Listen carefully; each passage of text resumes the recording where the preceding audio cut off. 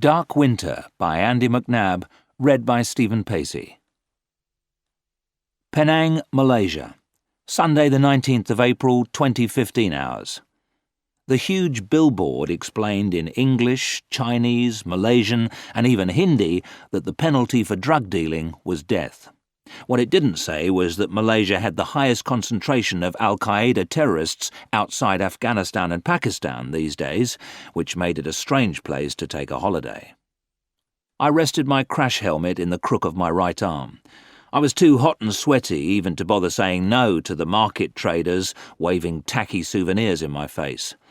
The pavement wasn't wide enough for us to walk side by side, but I knew Susie was close behind. The Bali bombing, war in Iraq, then the SARS outbreak had all affected the tourist trade, which made those of us who had turned up even more of a target for the guys trying to flog counterfeit Rolexes, pirated CDs, and ethnic wooden masks and trinkets probably made in China. Susie and I were 9 days into a 2-week romantic break after a chance meeting at a London bar a couple of months ago. I'd been sitting nursing a beer, and when she came up to give her order, I made fun of her estuary accent. She told me she was Bovis class and proud of it.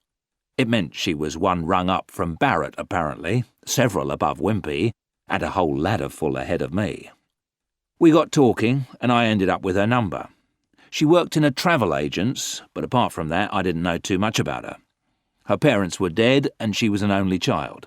She shared a flat with 2 other women in Shepherd's Bush. This was the first time we'd been together longer than a night. Our jobs got in the way, but we were working on that. Well, that was the cover story anyway. The flat in Shepherd's Bush really existed, and so did the 2 women who lived there. It was her cover address. The travel agent would vouch for Susie. We'd parked our rented Suzuki 250. The roadside cafe suited us better. Opposite, on the other side of the road, was the mosque, a solid brick and plaster building in the middle of the shantytown. Right now, though, I was more interested in the old white Toyota Light Ace people carrier that was parked on the hard, compacted mud alongside. Susie dumped her hemp beach bag on the table and fished out a guidebook to Penang. My gaze wandered to the mosque. Set back about 30 or 40 metres from the road, it was a one-level building with a blue roof, a white muezzin tower with loudspeakers, and a couple of corrugated carports. I had a sip of juice as the mosque parking area began to fill with people arriving for evening prayers. I was with Susie in Penang on George's instructions. We didn't know the whole story, and that was fine by me. Too much information gave me a headache, and Susie probably felt the same. We were just small cogs in a big machine. The job, a joint US-UK operation, was deniable. Being sent back to the UK had been a bit like going back in time, because it was the yes man who'd given us our final brief, the very person I'd gone to the US to escape. It was great knowing that I was only his property for a short while before I returned to the US and became George's again. It probably never occurred to Susie that I was anything but a Brit operator like her. My cover documents certainly wouldn't have told her. I was called Nick Snell again, the same cover as when I'd been a field operative, or a K, as we were called. 5 minutes went by before the target appeared. He was wearing a clean white shirt over grey tracksuit bottoms and flip-flops. I leant closer to Susie. There's our boy. The target was in his late 40s, Indian, Pakistani. His short, black, gleaming hair was neatly combed back. He removed his shoes, headed for the taps, then disappeared inside the mosque with the rest. All we had to do now was wait for the target to reappear.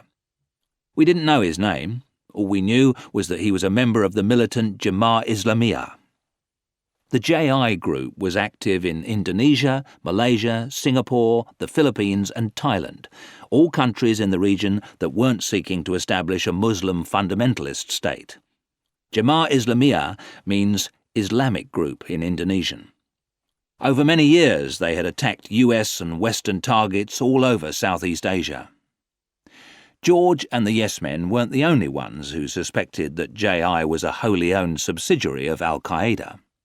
Others argued that they weren't too closely linked and that JI's original goals didn't fully dovetail with the global aspirations of Osama's boys. Whatever, it was only after the Bali nightclub bombing in October 2002 that the US finally designated them a foreign terrorist organisation, something Malaysia had been wanting for years. The call to prayer stopped. "Taxi's here," said Susie, as a knackered red and yellow-topped Proton saloon pulled up. The last 4 numbers on the plate were 1032, and that was the VDM, the visual distinguishing mark, we'd been given. The driver was definitely our man. Now all 3 of us were waiting for the target to show his face. After a while, worshippers began to emerge from the mosque, and before long there was a frenzy of cars and scooters revving up in the parking lot. Susie rested her guidebook on the table, and I looked up. The target had come out of the door. The source waved, then got out of his cab. He was Indonesian, with high cheekbones, short black hair, and a moustache. The 2 men came together without greeting, then went through the same door the target had come out of. Susie was packing her book back into her bag as the source came out again, carrying some sort of white box with a handle. As he got nearer to the taxi, I could see it was a cardboard gift pack of 6 bottles of wine, with the sides cut away to make the labels visible.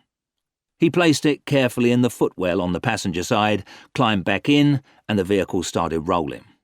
It was all over and done with in less than a minute. We sat and waited.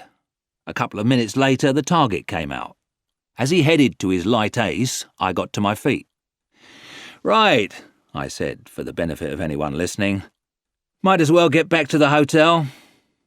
Susie stood and we went over to the bike.